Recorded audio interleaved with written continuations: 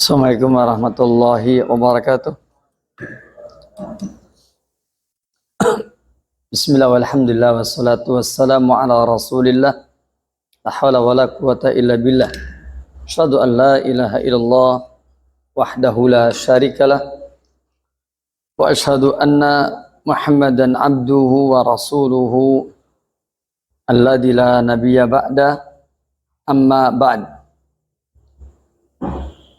Jamaah sekalian rahimani wa rahimakumullah.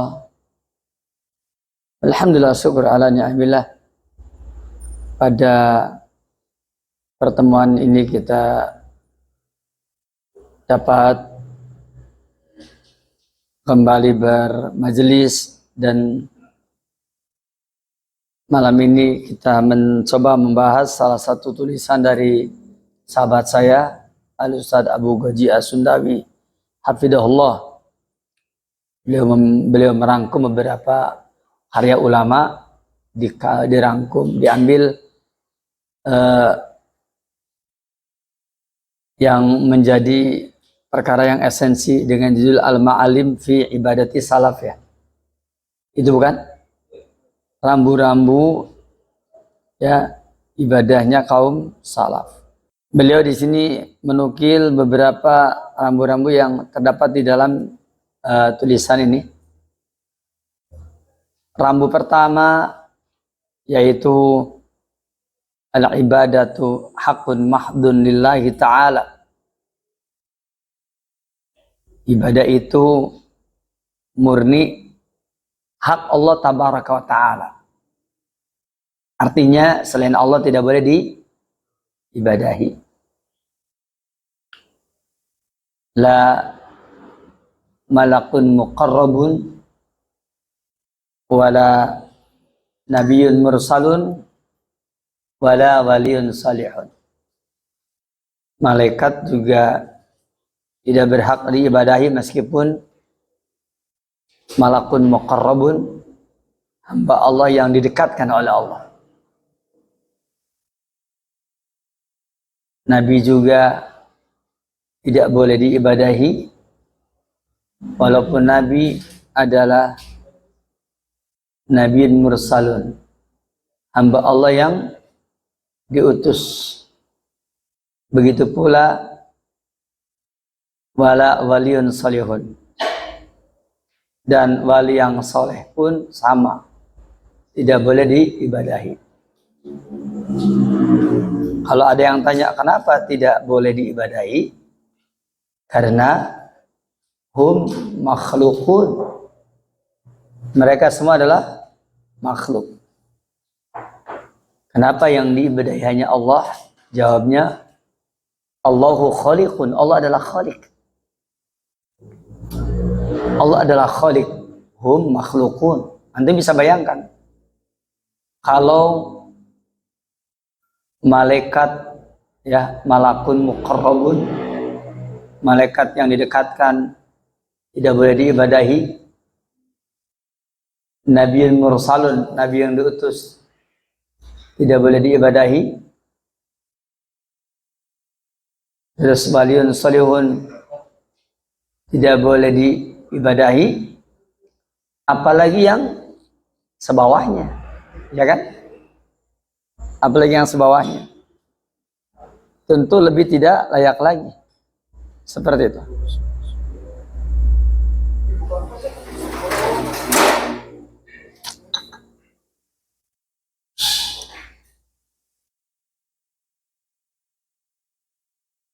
Bagaimana dengan pepohonan, lebih tidak pantas diibadahi? Bagaimana dengan bebatuan, dengan gunung-gunung, dengan lautan? Jawabnya, tidak layak untuk diibadahi.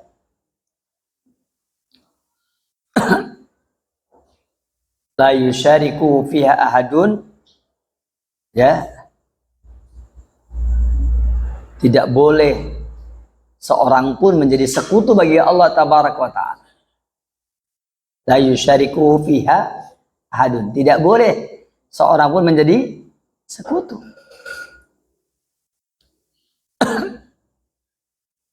Karena ibadah itu hanya hak milik Allah, maka makna la ilaha illallah yang sering diterjemahkan oleh orang pada umumnya, tidak ada Tuhan kecuali Allah, maka yang benar bukan itu, tetapi la ma'buda bihaqqin illallah. Tidak ada zat yang diibadati yang sebenarnya kecuali siapa? Kecuali Allah Subhanahu wa taala. Adapun dalil yang ditulis di dalam makalah ini, pertama firman Allah yang mulia di dalam surah Ad-Dariyat ayat yang ke-56. Allah berfirman, A'udzubillahi minasyaitonirrajim. Wa ma khalaqtul jinna wal insa illa liya'budun. Kata Allah tabaraka wa taala, tidaklah aku ciptakan jin dan manusia kecuali untuk beribadah kepada aku. Wa ma khalaqtul jinna wal insa illa liya'budun. Disebutkan bahwa tidaklah aku ciptakan jin dan manusia melainkan supaya mereka beribadah kepada aku.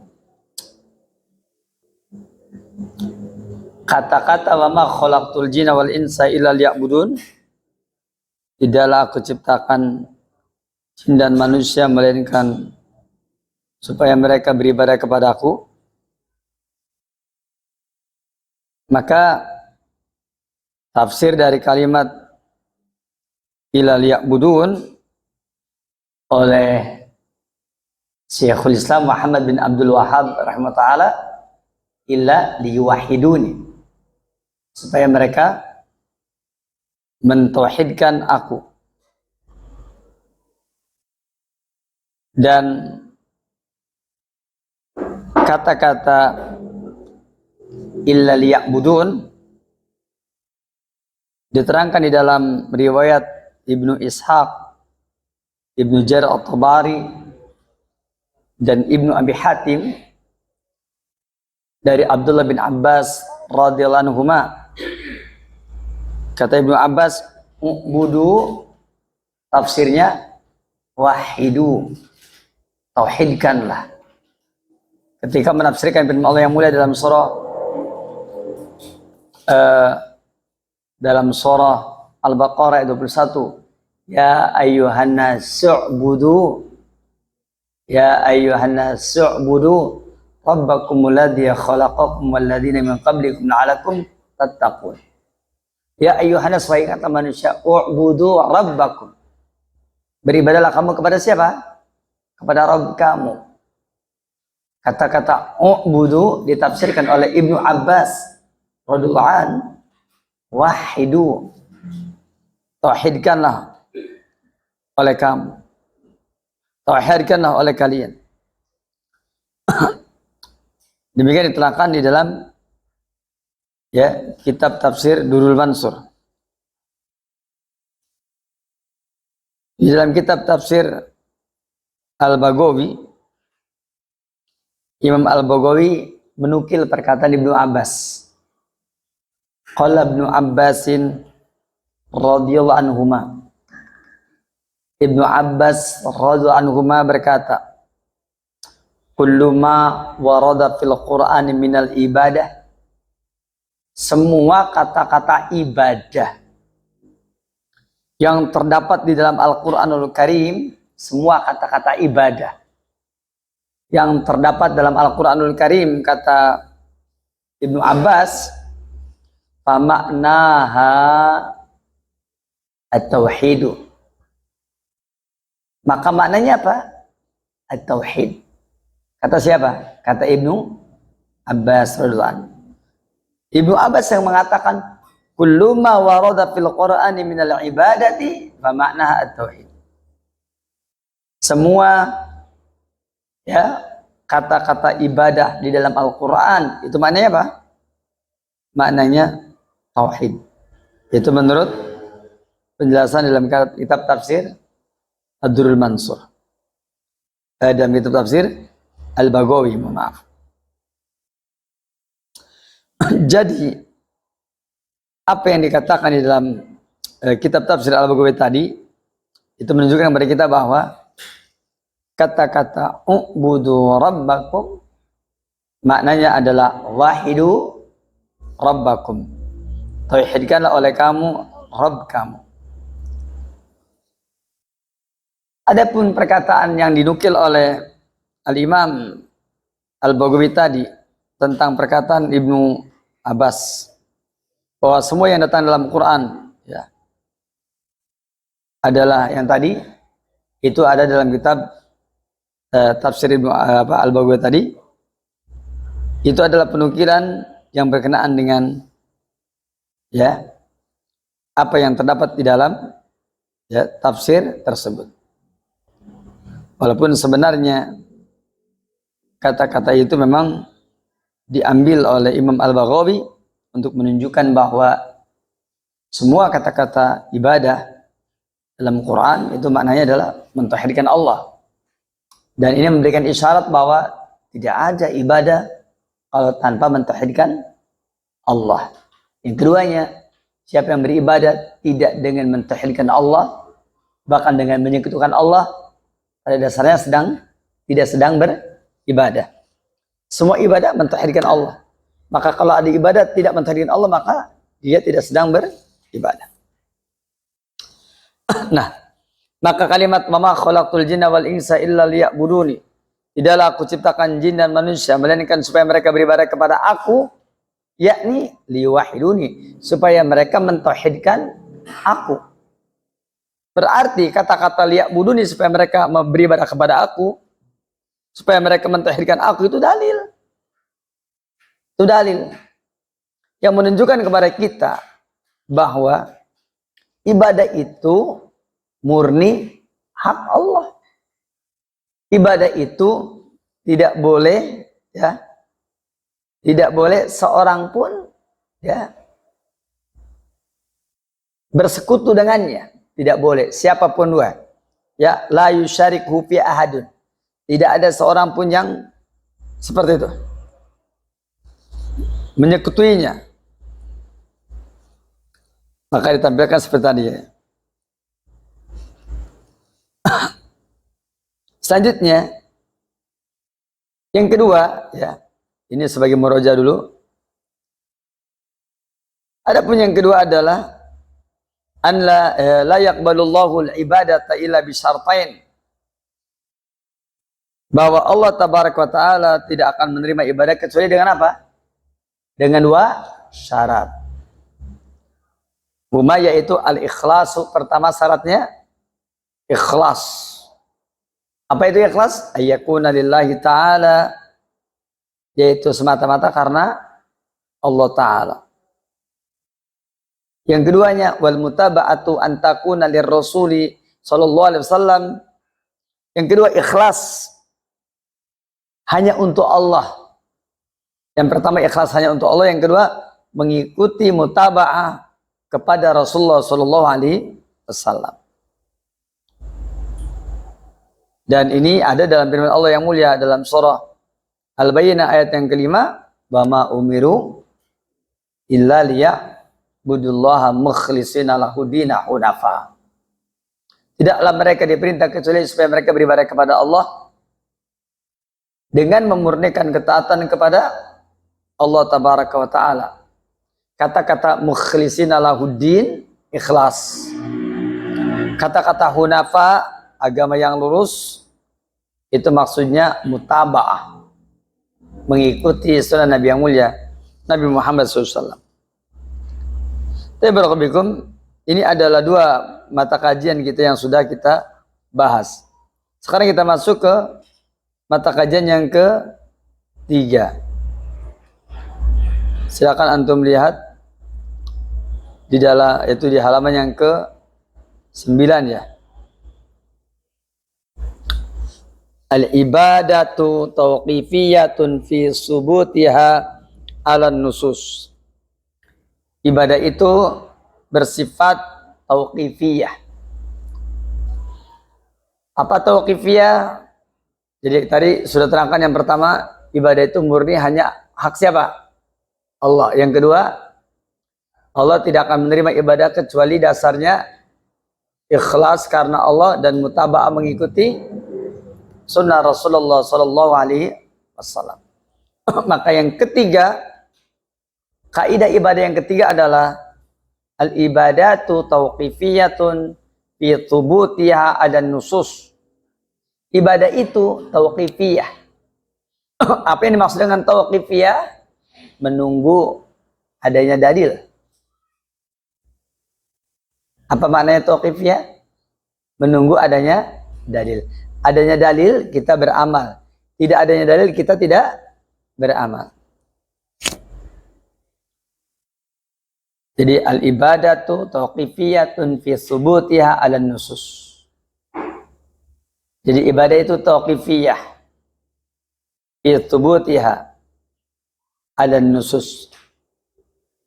Tauqifiyah artinya memiliki ketergantungan fi subutiha di dalam kepastian ibadah tersebut 'ala nusus di atas nas di atas dalil-dalil. Kata-kata ala nusus, nas, dalil-dalil. Bahasa kita ya Pak, teks. Ya. Kalau bahasa Sunda, kudu aya golerna. Kalau bahasa Sunda. Kalau bahasa Jawa apa? Kudu singana wujude. Harus ada wujudnya. Kalau kata para ulama, harus ada ibarahnya. Harus ada ungkapan kata-katanya di dalam kitab. Atau kalau pakai bahasa Sunda zaman dahulu, kudu aya rengkodna. Rengkodnya itu maksudnya ya ada dalilnya, ada teksnya. Barakallahu jemaah sekalian, Anda kalau mau beribadah emangnya mikirin harus ada dalilnya? Hah? Harus ada dalilnya apa tidak? La iyalah, kan al ilmu qoblal qawli wal amal. Ilmu itu sebelum apa? Berkata dan berbuat. Barakallahu. Kalau kita sholat itu ada berkata, ada berbuat, ada. Al ilmu qoblal qawl wal amal. Ilmu itu sebelum berkata dan beramal. Dalam sholat ada perkataan. Dalam sholat ada amalan. Harus ada apanya? Harus ada dalilnya. Kalau nggak ada dalilnya ya nggak bisa. Sholat harus ada apanya? Dalilnya. Cara sedekah harus ada apa? Dalilnya. Dan seterusnya. Al-ibadatu, ibadah itu tauqifiyatun. Bersifat tauqifiyah. Ya, sangat tergantung fi thubutiha tentang kepastian ibadah itu ala nusus di atas teks-teks dalil. Ya. Artinya ibadah itu ditetapkan tentang kepastiannya berdasarkan apa? Teks-teks dalil. Tauqifiyah. Adapun dalil tentang masalah ini adalah yaitu firman Allah yang mulia di dalam surat Asy-Syura ayat 21. Allah berfirman, am lahum syuraka'u syara'u lahum minad din. Syara'u lahum minad dini ma lam ya'dam bihillah. Apakah mereka mempunyai sekutu-sekutu, sembahan-sembahan selain daripada Allah Tabaraka wa Ta'ala? Ya, yang mensyariatkan agama mereka, ya, yang mensyariatkan untuk mereka ya suatu agama man lam ya'zam bihillah, yang tidak diizinkan oleh Allah. Artinya apakah mereka memiliki syuraka, sekutu-sekutu, memiliki sembahan-sembahan yang mana ya sembahan-sembahan selain Allah tadi membuat syariat agama untuk mereka yang tidak diizinkan oleh Allah? Apakah ada? Ini jadi dalil bahwa Ya, bahwa pertama tidak ada sembahan-sembahan selain Allah. Ya, ini menunjukkan bahwa tidak boleh kita mempunyai sembahan-sembahan selain Allah Tabaraka wa Ta'ala, yang mana sembahan tersebut membuat syariat yang tidak diizinkan oleh Allah Subhanahu wa Ta'ala. Ayat ini mengandung ya larangan secara tidak langsung kepada kita supaya kita tidak menjadikan sesembahan selain daripada Allah Subhanahu wa Ta'ala. Adapun dalil yang kedua, hadis sahih riwayat Imam Bukhari dan Imam Muslim. An Aisyah radhiyallahu anha, an Nabi sallallahu alaihi wasallam qala. Dari Aisyah radhiyallahu anha, dari Nabi SAW kata Nabi, man ahdatsa fi amrina hadza ma laysa minhu fahuwa. Barang siapa yang mengada-adakan di dalam urusan kami yang ini, yang tidak ada darinya, yang tidak ada ya syariat darinya, maka fawaradun, maka dia tertolak. Maka kalimat man ahdatsa fi amrina hadza ma laysa minhu fawaradun, barang siapa yang mengada-adakan dalam urusan agama kami yang tidak ada dasarnya ya dari agama, maka ia tertolak. Ini menunjukkan bahwa ada dasarnya diterima, maka jika tidak dasarnya ditolak. Ada dasarnya diterima, tidak ada dasarnya maka ditolak.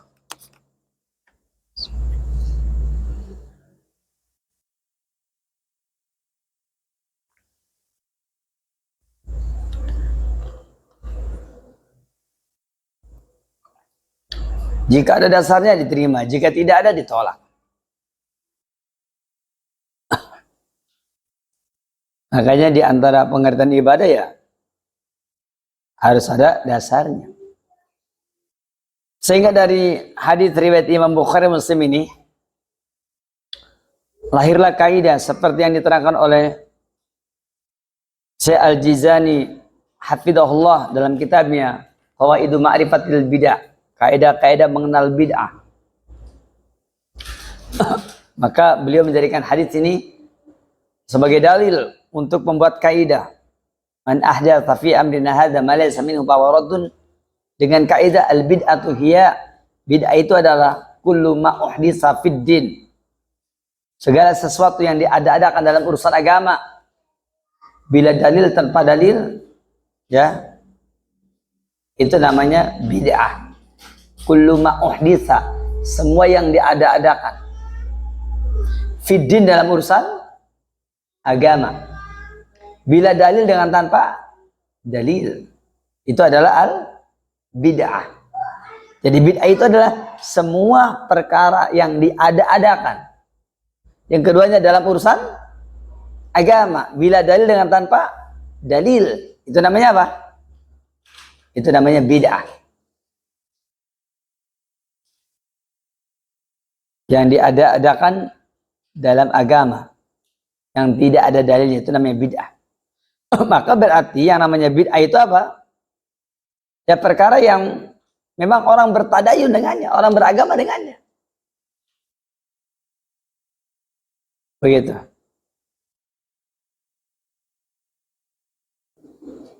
Barakallahu fikum. Kalau kita minum khamr itu hukumnya apa? Minum khamr haram.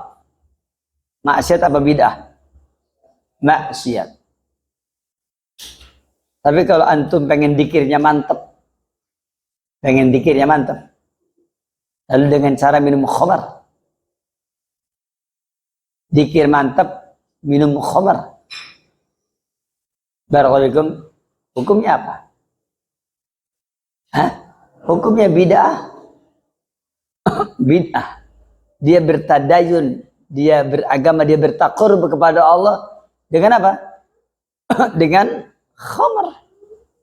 Itu bid'ah hukumnya. Seperti orang-orang sufi mereka beragama dengan cara mabok. Itu bid'ah yang begitu. Semata-mata mabok hukumnya haram, dinilai maksiat, tetapi dia dengan mabok mendekatkan diri kepada Allah, itu namanya apa? Berarti dia at-tadayyun bisurbil khamri. Dia beragama dengan cara mendekati apa? Dengan cara minum khamr dalam rangka apa? Taqarrub kepada Allah tabaraka wa taala. Ini adalah al-bid'ah. Ini adalah al-bid'ah. Selanjutnya, wa fi riwayatin li Muslimin min hadithi Aisyah radhiyallahu anha aidan. Di dalam riwayat Imam Muslim dari hadis Aisyah, kata Rasulullah SAW, man amila amalan laisa li amruna fahuwa raddun. Barang siapa yang beramal ibadah tidak ada dasar dari agama kami, maka tertolak. Man amila amalan itu berarti bid'ah amaliyah. Adapun man ahdasa ini adalah bid'ah secara umum. Mungkin bid'atun i'tiqadiyah, mungkin bid'atun amaliyah, ataupun bid'ah yang lainnya. Yang di atas man ahdatsa fi amrina hadza ma laysa minhu fahuwa raddun, yang di bawah man amila amalan laysa alaihi amruna fahuwa raddun. Hadis ini sahih riwayat Imam Muslim. Qala Ibnu Taimiyah rahimahullah, kata Ibnu Taimiyah, walihada kana Ahmadu wa ghairuhu min fuqaha'i ahli hadis. Dan oleh karena inilah, yakni Imam Ahmad dan yang lainnya dari ahli fikih hadis, dari ahli fikih ahlul hadis, yaqulun, mereka mengatakan, innal asla fil ibadati at-tauqif. Jadi yang mengatakan innal asla fil ibadati at-tauqif itu adalah perkataan siapa? Imam Ahmad dan yang lainnya dari ahli fikih, ya, dari ulama fuqaha ahlul hadis. Apa katanya? Innal asla bil ibadat, sesungguhnya hukum asal dalam beribadah, ya, at-tauqifu. Begitu. Maka patokannya apa? Dalil. At-tauqif, patokannya dalil. Fala yusra'u fi minha, maka tidak disyariatkan, ya, suatu ibadah ila kecuali ma syara'ahu Allah Ta'ala, ya, yang disyariatkan oleh siapa? Oleh Allah Subhanahu wa Ta'ala. Artinya apabila ada orang beribadah, patokannya bukan dalil, berarti dia tidak sedang beribadah.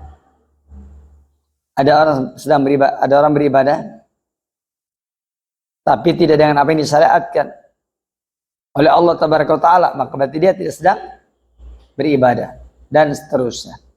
Ini perkataan Syekhul Islam Ibnu Taimiyah rahimahullah dalam kitab Majmu'ul Fatawa, ya, wal adab asy-syariyyah Ibnu Muflih.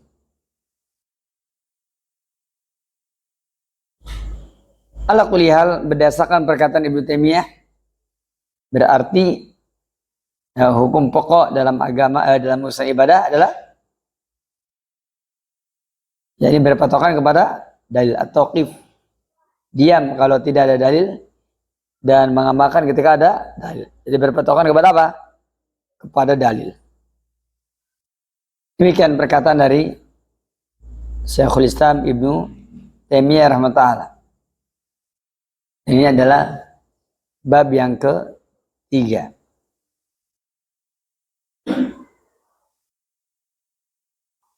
Berikutnya, ya,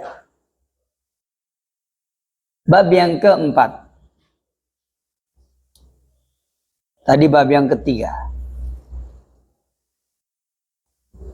Ibadah, ya, ditetapkan berdasarkan dalil. Ibadah ditentukan dalam ketetapannya berdasarkan dalil, nas-nas.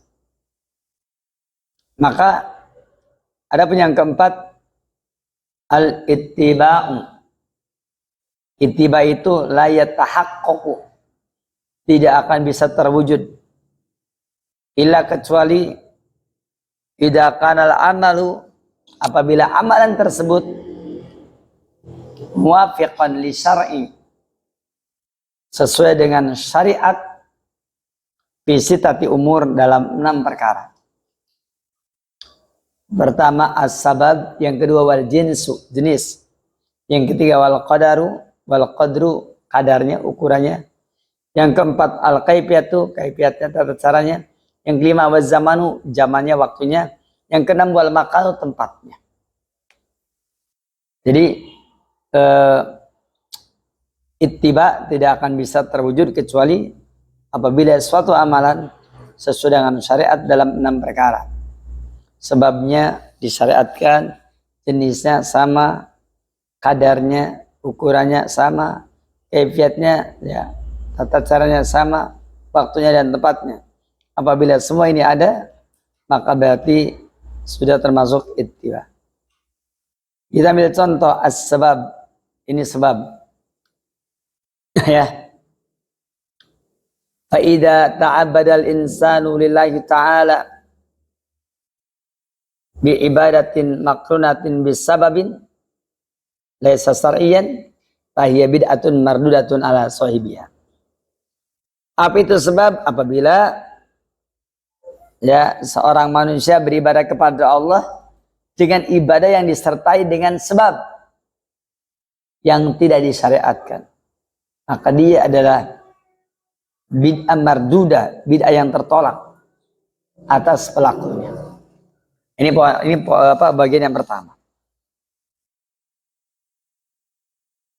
Apa contohnya? Lihat, mislu ihya ilailati sab'in wal isrin min Rajab. Masya Allah, pas banget ya. Sekarang bulan apa? Bulan Rajab.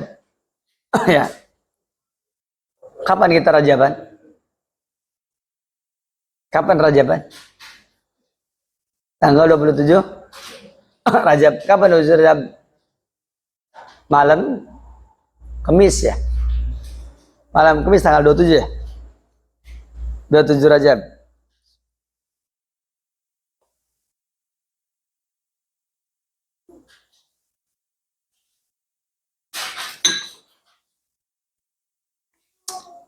Contohnya adalah menghidupkan malam 27 Rajab. Namanya malam apa? Isra Mi'raj.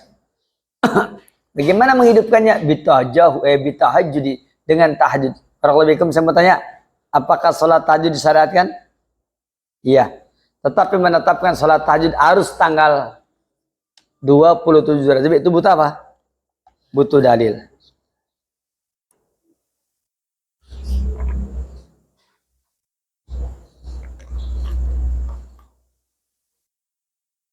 Yadda'una, mereka beranggapan annaha lailatul Isra, bahwa dia adalah malam Isra wal Mi'raj. Ya. Tahajud fi aslihi ibadah. Adapun salat tahajud pada asalnya adalah merupakan ibadah. Kenapa sih malam Isra Mi'raj mesti tahajud? Karena Nabi Muhammad di malam Isra Mi'raj itu dia memimpin salat tahajud bersama dengan siapa? Para nabi dan rasul yang telah mendahulinya. Di mana? Di Masjidil Aqsa. Masjidil Aqsa itu adalah masjid yang dulu Rasul dan para nabi dan rasul salat padanya, sedangkan mereka telah tiada. Ya, siapa yang menghidupkannya? Tentu Allah. Al-anbiya'u yahyauna fi quburihim. Yang namanya para nabi itu, mereka hidup di kubur-kubur mereka. Makanya kita melaksanakan, makanya ada sebagian orang melaksanakan sholat tahajud di malam itu. Karena Rasulullah SAW pernah menjadi imam sholat malam ketika peristiwa Isra Mi'raj. Tahajud ya. Sedangkan tahajud fi asli ibadah. Tahajud pada asalnya adalah ibadah. Lakin lamma kurina bihada sabab, tetapi ketika disertai dengan sebab ini karena bid'atan, maka jadilah dia bid'ah. Liqaunihi, karena keadaan dia bunya ala sabab, dibangun di atas sebab, lam yasbut syar'an, yang secara syariat dia tidak sabit. Nah ini peristiwa ini menunjukkan bahwa kenapa mesti ada tahajud berkenaan dengan peristiwa Isra Mi'raj. Itu kan butuh dalil. Jika tidak ada dalil maka tidak boleh mengerjakan. Seperti itu. Ini poin yang pertama, seperti menghidupkan malam 27 Rajab. Ya. Dengan apa? Dengan sholat tahajud. Ya. Ini adalah poin yang pertama, yaitu tentang sebabnya.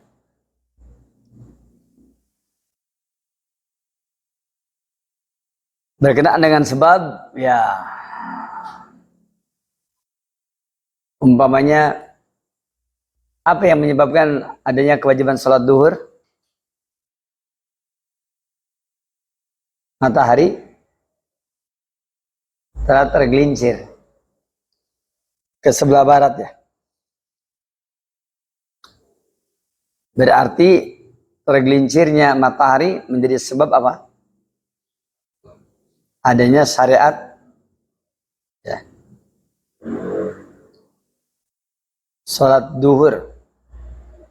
Berarti kalau matahari tidak tergelincir, ya tidak sholat duhur. Seperti itu. Berdasarkan kaidah yang tadi. Yang kedua, al-jinsu. Jenisnya. Fa'idha ta'abadal insanu lillahi ta'ala. Apabila seorang hamba beribadah kepada Allah Ta'ala, beribadat dengan ibadah, lam yusra jinsuha, jenisnya nggak disyariatkan. Berkurban dengan ayam, satu trek, diterima apa tidak? Tidak. Karena menyembelih ayam tidak disyariatkan sebagai binatang kurban. Ayam itu bukan binatang kurban, tapi binatang korban. Korban keinginan antum. Ya. Lam yusra jinsuha. Fahiya ghairu maqbulah. Maka dia tidak diterima. Kata dia bi farasin, seperti umpamanya berkurban dengan seekor kuda faras. Saya mau tanya, apakah kuda binatang yang besar? Iya. Lebih besar mana kuda dengan kambing? Dengan sapi? Wah, lebih kencang kuda larinya. Ya kan? Nah, tidak boleh kita berkurban dengan menyembelih kuda. Li'anal adhiyah la takunu ila min jinsi bahimatil an'am. Karena yang namanya berkurban itu mesti dari jenis binatang ternak. Wahya al-ibilu wal baqar wal ghanam, yaitu ibil, onta, bakor, ya, sapi, al-ghanam, unta. Maka tiga ini adalah merupakan binatang yang pokok dari jenis binatang yang dikorbankan, yaitu al-ibil, onta, al-baqar, sapi, wal ghanam, kambing. Ini poin yang kedua. Yang ketiga, al-qadru, ukurannya. Kalau aradal insan an yazida salatan ala annaha faridah aw raqatan fi faridatin,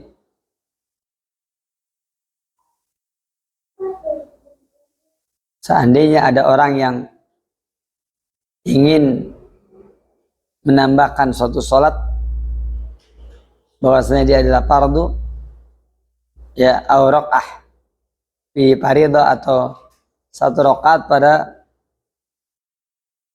salat fardu, maka fa'amaluhu dzalika bid'atun mardudatun, maka mengamalkannya adalah merupakan bid'ah mardudah, bid'ah yang tertolak, di annaha mukhalifatun di syar'i fil miqdari wal adad awil adad,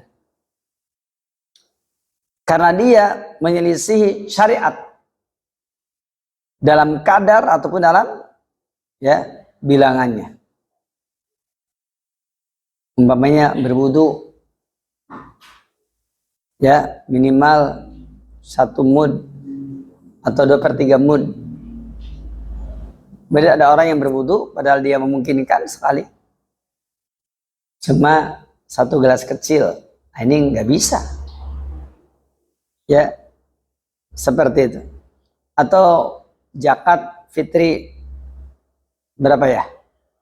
1 sok atau 4 liter atau 3 kilo. Ini malah zakat fitrinya hanya ya umpamanya 1 gelas kecil. Ya, ini nggak boleh. Ya, kenapa? Karena tidak sedang apa? Dengan syariat yang sesuai kadarnya. Kadar kambing dari 40 sampai 120 itu 1 ekor kambing. Ya, begitu. Maka ini kadarnya. Apabila ada orang yang ingin menambahkan 1 rakaat dari salat wajib, bolehkah? Ya nggak boleh. Atau 1 ruku ya pada salat fardu, nggak boleh. Amalannya adalah bid'ah mardudah karena dia menyelisih syariat dalam masalah ukuran dan masalah bilangan. Begitu. Yang keempat, al-kaifiyatu, tata cara. Kalau nakasa insan al-wudu'a, seandainya ada orang yang membolak-balikan wudu, awisat atau salat, la masaha, ya, maka pasti dia tidak sah.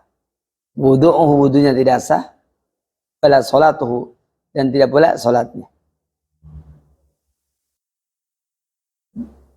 Ali anna amalahu, karena sesungguhnya amalannya mukhalifun syar'i, menyelisih syariat, bil kaifiyati, pada tata caranya.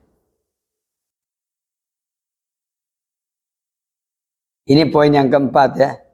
Jadi tata caranya harus mengikuti tata cara Rasulullah Shallallahu Alaihi Wasallam. Yang kelima, az-zamanu walau dhaha insan bi Rajabin au shoma Ramadan. Seandainya ada orang yang berkurban di bulan Rajab, apa ada berkurban di bulan Rajab ya? Au shoma, atau berpuasa Ramadan di bulan Ramadan, Syawal di bulan Syawal, awaqafa, atau diam di Arafat, di Arafah, fitasi, pada hari yang ke-9 min Dzul Qa'dati, pada bulan Dzul Qa'dah. Lamma soha dzalika minhu, niscaya ya sahal tersebut darinya, limukhalafati li syar'i, karena dia menyelisih syariat, ya fi zaman, yaitu pada waktu tersebut, pada waktu. Maka di sini dalil bahwa ya kalau menyembelih hewan untuk kurban ya jangan di bulan Rajab, jangan di bulan ya Rajab, tapi di bulan apa? Dzul Hijjah.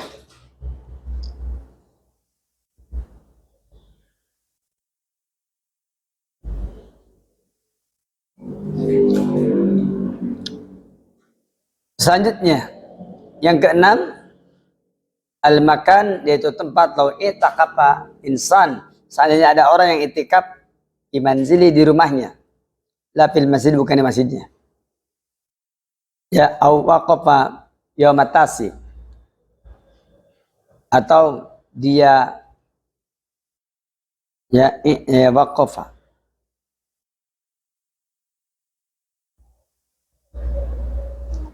Yaumatasi pada hari yang ke-9 min Dzulhijjah, yaitu hari Arafah, di Muzdalifah, berada di Muzdalifah. Lamma sahha dzalika, maka pasti hal tersebut sah minhu darinya, ya. Lamma sahha dzalika minhu, maka hal tersebut pasti tidak sah darinya di mukhalafatil syar'i, ya, fil makan, karena dia menyelisih bagi syariat di dalam, ya, masalah tempat. Ini adalah 6 poin yang tadi saya uraikan dari poin ibadah yang keempat. Mudah-mudahan difahami, mudah-mudahan dimengerti, dan dipersilakan barangkali ada pertanyaan. Wassallallahu ala nabiyina Muhammad wa ala alihi wa sahbihi ajma'in. Alhamdulillahirabbil alamin.